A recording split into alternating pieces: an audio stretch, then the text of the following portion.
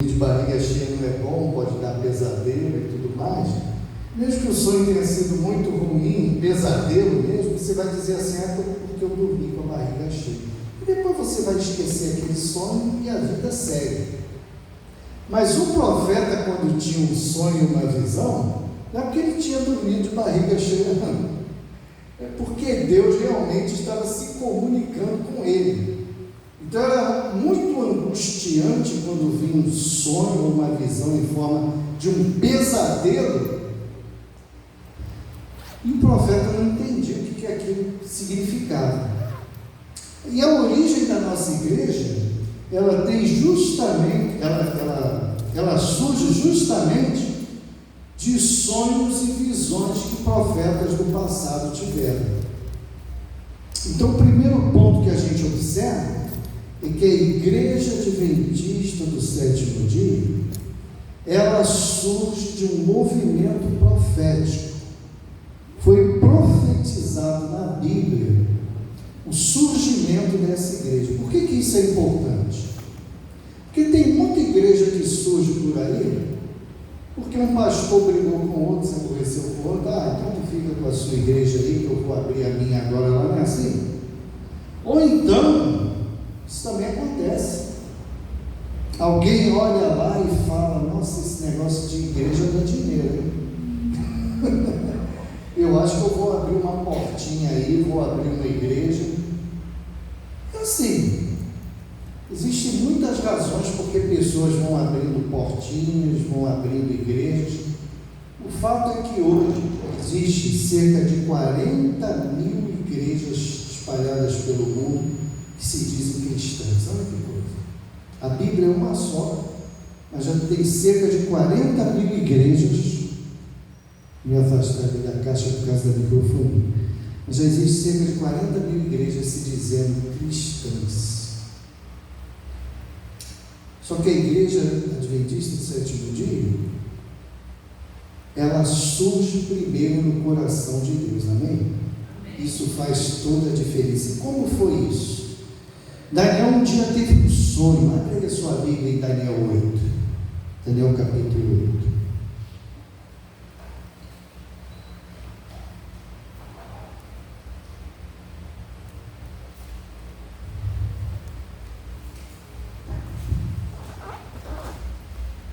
Daniel capítulo 8.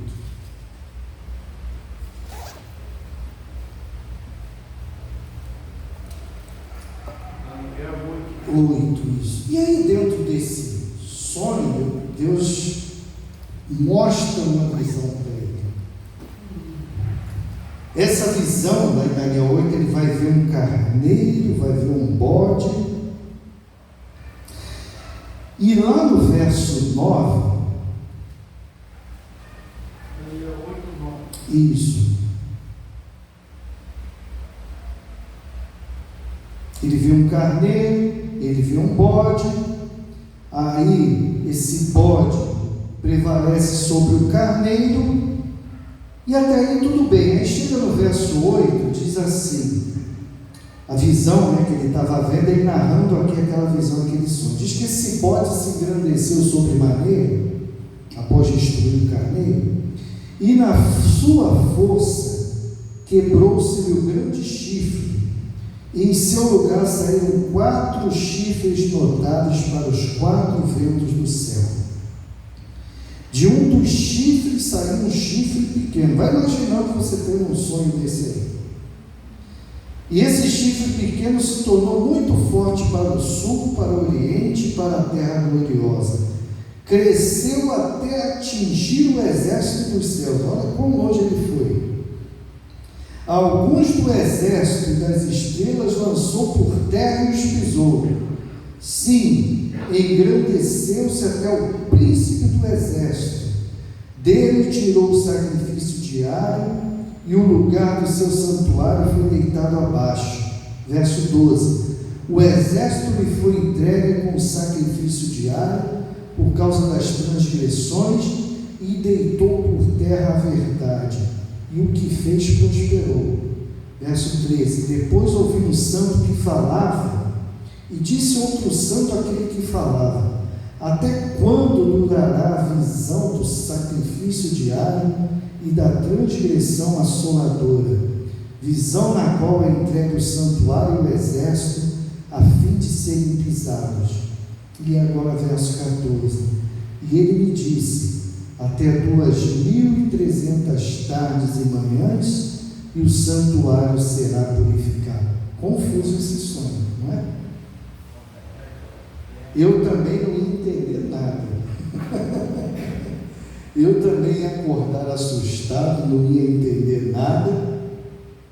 E o pior é que aqui no verso 26, ele tem a visão e o anjo diz assim: a visão da tarde e manhã que foi dita é verdadeira. Tu, porém, preserva a visão, porque se refere a dias ainda muito distantes. Então o anjo deu uma visão, um carneiro, um bode. Isso representavam reinos, tá, gente? Quando a gente vai traduzir essa profecia, o carneiro era a Grécia, o bode era Roma. Aí Roma tira o império da Grécia e agora Roma passa a reinar. Mas aí diz que desse bode, que tem vários chifres, sugeria um chifre pequeno.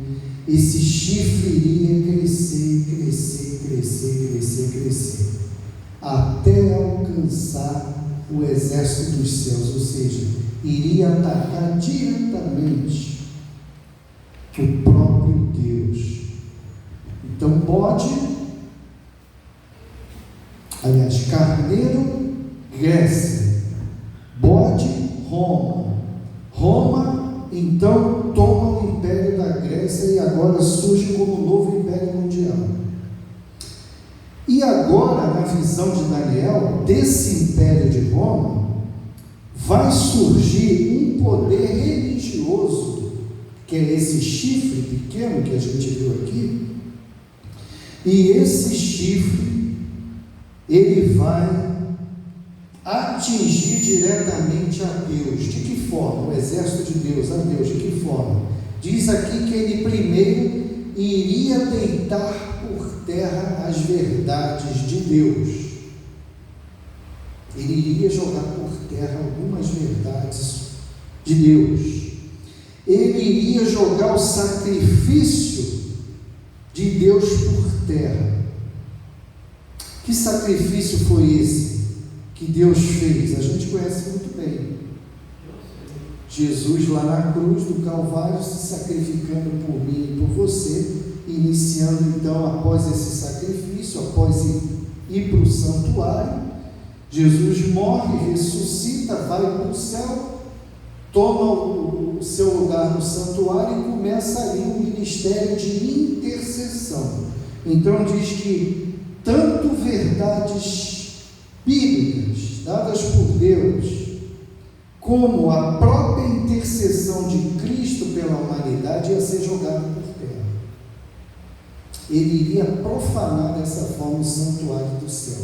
Aí um anjo está conversando com o outro. Daniel está vendo isso tudo, ouvindo, e aí um anjo preocupado, eu acho que era a preocupação também de Daniel, pergunta assim: mas até quando vai durar isso?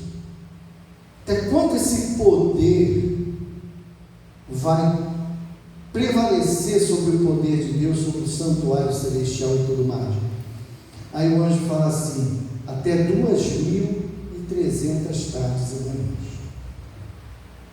Hoje a gente já sabe o que tudo isso significava, mas Daniel não sabia. Hoje a gente sabe que 2.300 tardes e manhãs são 2.300 anos. Hoje a gente já conhece tudo isso. E agora, muitos anos depois, cerca de 6 a 7 séculos depois, um outro profeta também é levado em visão. E agora a gente vai lá para o livro de Apocalipse, capítulo 10, para a gente ver o que tem a ver a visão desse primeiro profeta com a visão desse segundo profeta.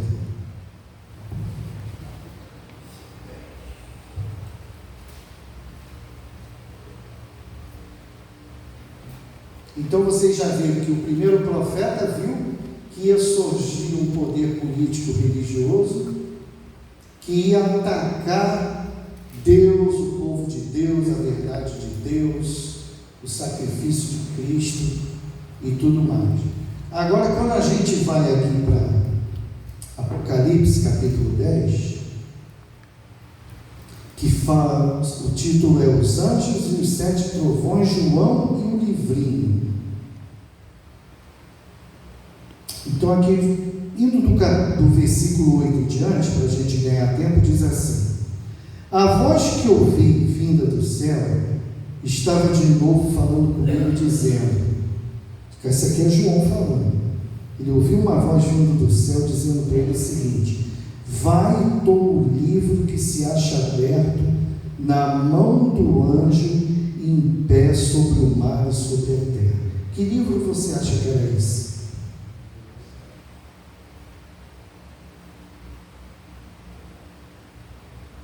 Vou repetir.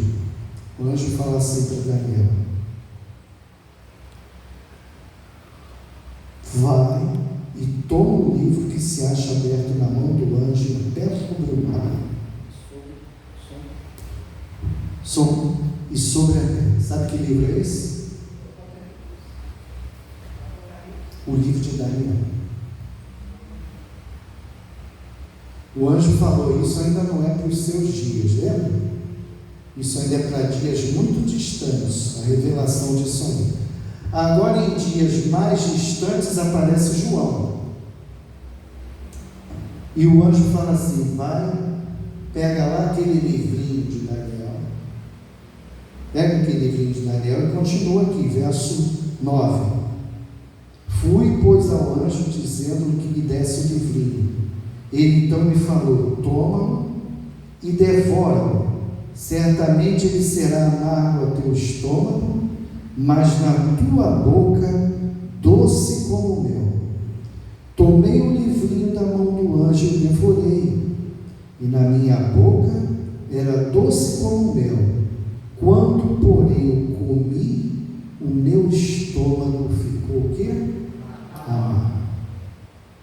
Então Deus revelou para Daniel o seguinte: olha, vai vir um poder político religioso que vai fazer um estrago na igreja cristã. Só que essa profecia que ainda não está revelada para você, ela vai ser revelada num período de tempo para o meu povo. E quando essa revelação surgir, o meu povo vai se alegrar muito. Essa revelação, ela iria surgir justamente no final daqueles 2.300 tardes e manhãs, né? Deus como que falou assim para Daniel: esse poder vai vir, esse poder vai fazer um estrago no meio da minha igreja e do meu povo, mas no final desse período profético aqui, o meu povo vai se levantar e o meu povo vai restaurar aquelas verdades e tudo mais que esse poder político religioso jogou por terra. E esse período profético está aqui, 2.300 tardes e manhãs. Hoje a gente não tem tempo de estudar esse período profético, mas esse período profético de 2.300 tardes e manhãs. Oi? Não entendi. Ele tem o seu cumprimento ali em 1844. Vocês estão conseguindo me ouvir? 1844. O que aconteceu em 1844? E agora você vai entender o que aconteceu com João. João, toma aqui o livrinho de Daniel. E você vai ver o que vai acontecer no cumprimento daquele período profético de 2.300 tardes e manhã. O meu povo vai ter uma visão.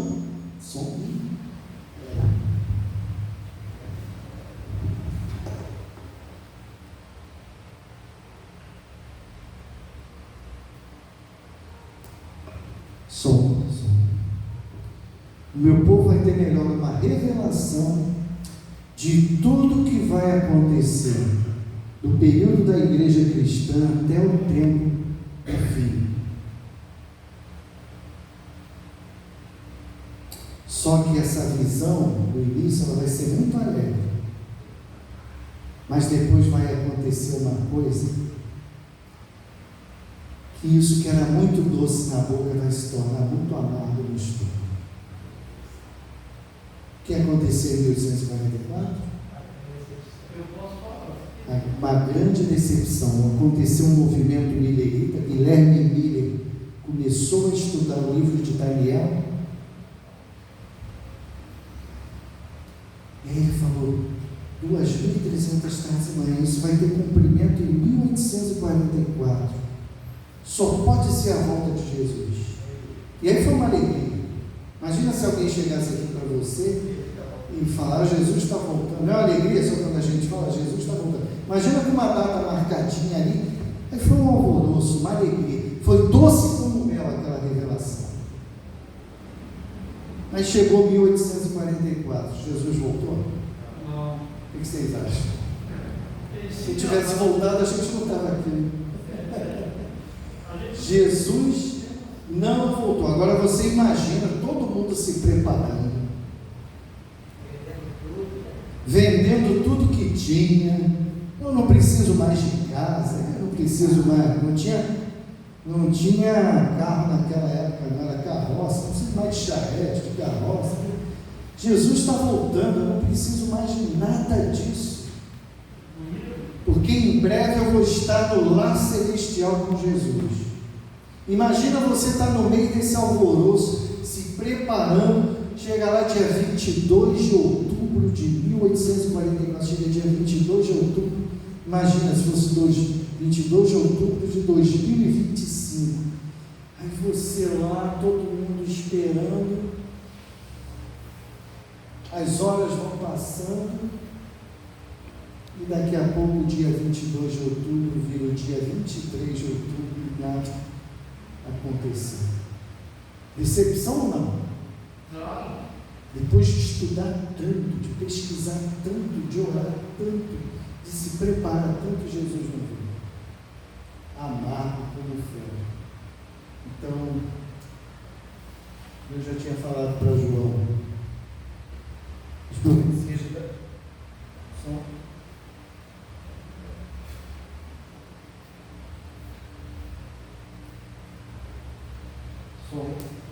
são som.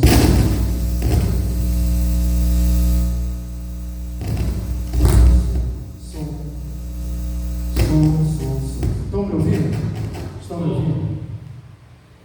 Então as profecias de Daniel, quando começarem a ser reveladas, vão ser doces como mel, mas depois vão ser amargas como fogo. Porque a interpretação delas vai ser errada. O evento vai acontecer, só que vão interpretar de forma errada. Por isso foi amargo. Mas aí, se você continuar lendo João 10, agora o Apocalipse 10, no versículo 11, diz assim: depois da decepção, depois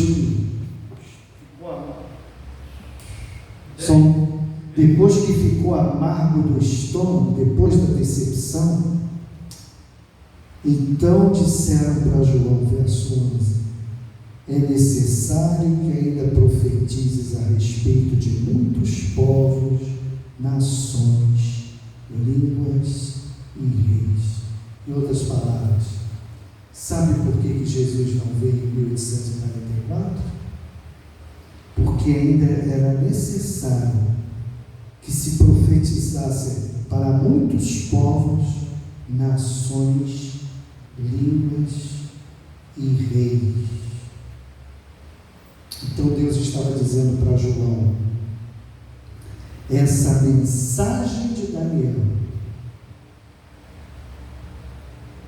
vai ter um povo que a partir de 1844, depois de sentir o amargo da decepção, esse povo ele vai continuar perseverante no estudo da palavra, e ao descobrir as verdades que estão escondidas e que foram jogadas por terra, esse povo então vai proclamar essas verdades a todas as nações, tribos, línguas e povos. Que verdades eram essas que tinham sido jogadas por terra? O sábado era uma dessas verdades. Outra verdade, vocês conseguem perceber? Imortalidade da alma. Era uma outra verdade que tinha sido jogada por terra. Outra verdade, a intercessão de Jesus Cristo por mim e por você, que agora tinha sido tomada. A intercessão tinha sido tomada da pessoa de Cristo e passada para a pessoa dos santos da Igreja Católica, onde o próprio padre, papa ou clérigo da Igreja Católica muitas vezes se tornava o próprio intercessor entre o céu e a terra. Então olha quanta coisa tinha sido jogada por terra que precisava ser restaurada. E Deus falou: vai surgir um movimento a partir dessa decepção. E desse movimento vai vir aquela igreja que vai resgatar as verdades que foram jogadas por terra. Aí aconteceu a decepção. Sabe o que aconteceu depois da decepção? 80 a 90% daquelas pessoas que estavam esperando Jesus meteram o pé. A Bíblia fala do remanescente, né? Sempre um grupinho menor que fica. E aí aquele grupinho menor que ficou falou assim: onde foi que nós erramos?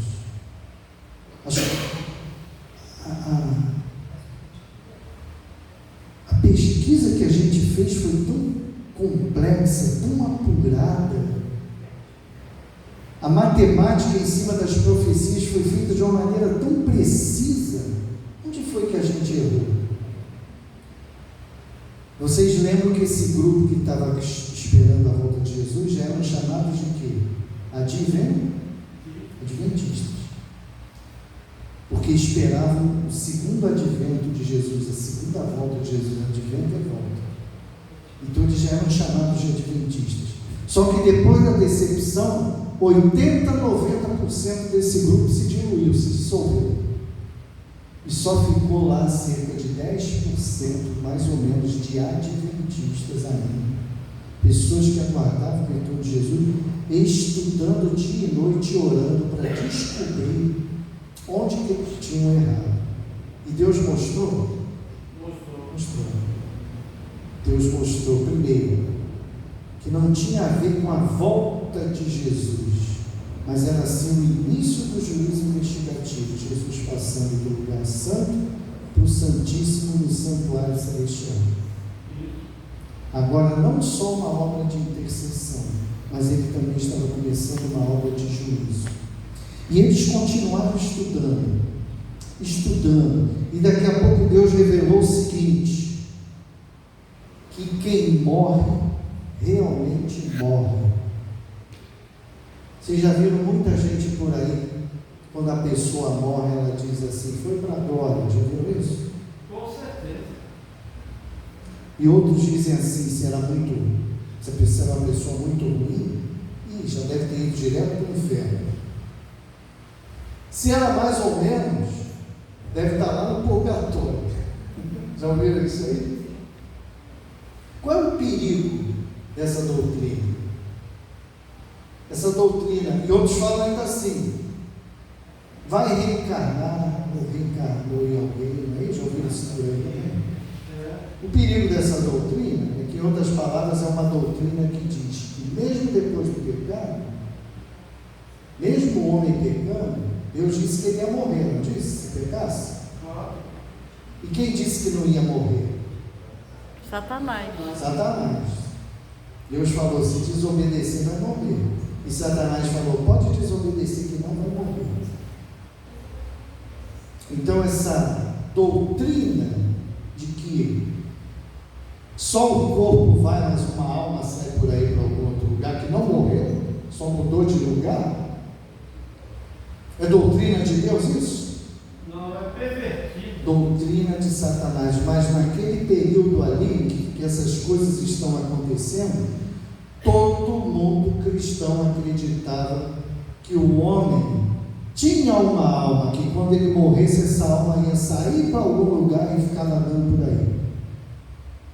E Deus revelou a esse grupo que se manteve fiel. Primeiro, que Jesus estava no santuário celestial. Segundo, que o homem não tem uma alma, o homem é uma alma. Pó da terra, mas fôlego de vida é igual a uma alma vivente. Separou o pó do fôlego, eu e você deixamos de ser uma alma vivente. Morreu, né? Morreu. Porque veja bem, se eu não morro, eu só saio daqui para um outro lugar, eu preciso ressuscitar? Não. Quem é que ressuscita? Quem está morto. Quem está morto. Se eu não estou morto, eu preciso ressuscitar? E se eu não preciso ressuscitar, Jesus morreu. Morreu para quê? Morreu não. Não precisava ter morrido. Eu não vou morrer. Olha o perigo dessa doutrina. E se acreditava nisso. E agora esse grupo que continua estudando, eles descobrem isso. As verdades que foram jogadas por terra. Outra verdade, o sábado. Não. Agora a gente vai guardar o dia que Jesus ressuscitou, que é o domingo. E até hoje a gente tem problema com isso, é ou não é? Tem muita gente por aí guardando domingo. Mas Deus revelou claramente para esse remanescente que continua estudando, que o dia de guarda do Senhor foi e será inclusive na eternidade. Qual dia? Sábado. O sábado. E aí, meus irmãos, em 1863, a decepção foi em 1844. Mas esse pequeno povo continuou estudando. E em 1863, após Deus ter revelado todas essas verdades que tinham sido jogadas por terra por aquele chifre lá que Daniel tinha sonhado, em 1863, então, oficialmente surge a igreja adventista, não mais adventista só, mas adventista do dia, do domingo, não, do primeiro dia da semana, adventista do sétimo dia, aqueles que creem no advento do Senhor e obedecem, guardam a lei de Deus, dentre essa lei, o quarto mandamento que Deus manda ser observado como o dia do Senhor. Vocês perceberam aqui todo esse enredo profético aonde foi terminado? E agora Deus diz: revelei isso tudo para vocês, mas não é para ficar guardado com vocês. Vocês têm uma missão. Vocês agora têm que levar essa verdade que foi resgatada a todos os povos, nações, tribos e línguas.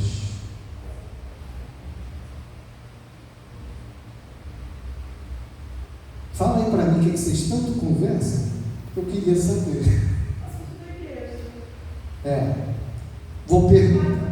Eu vou perguntar então. Como surgiu então a nossa igreja?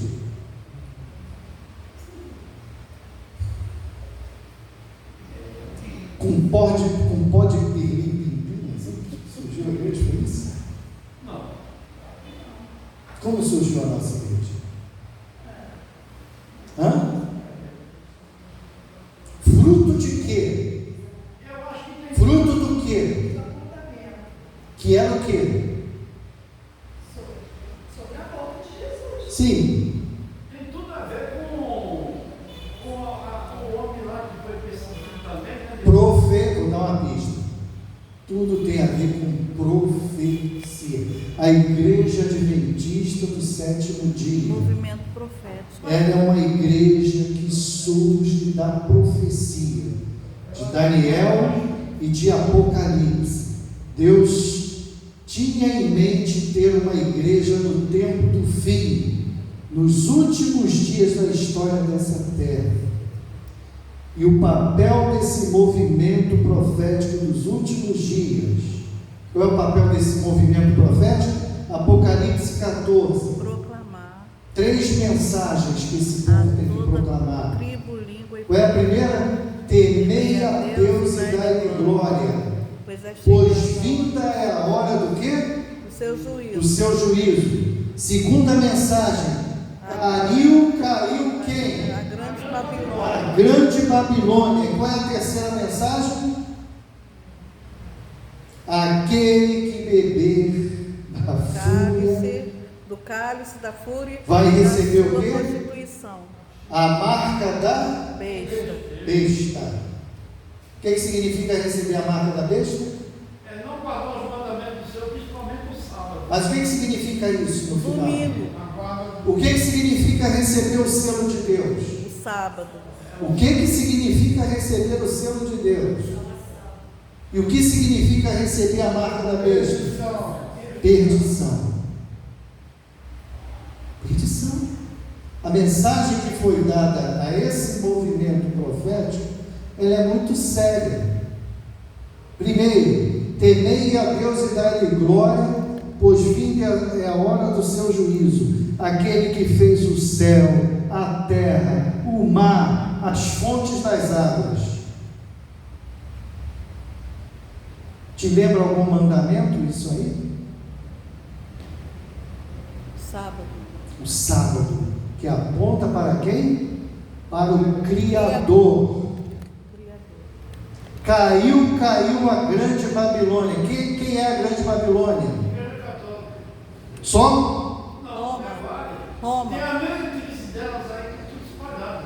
Todas que estão ainda vivendo com aquelas mentiras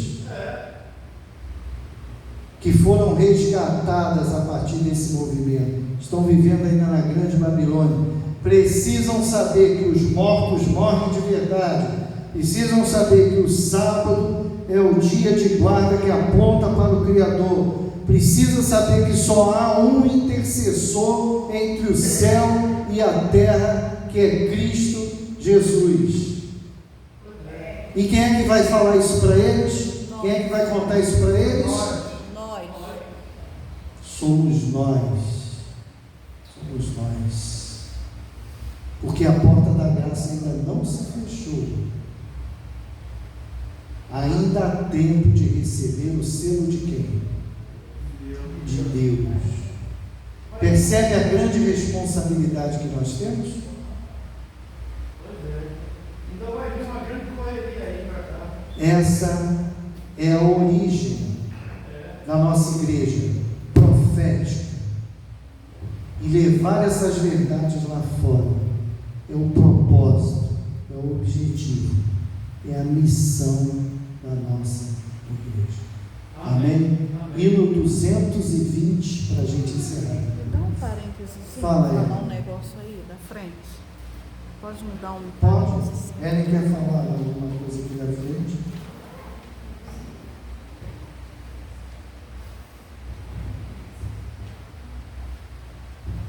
A irmã Terezinha, ela não pôde vir, porque ela não está passando bem, mas ela deixou essa incumbência para mim.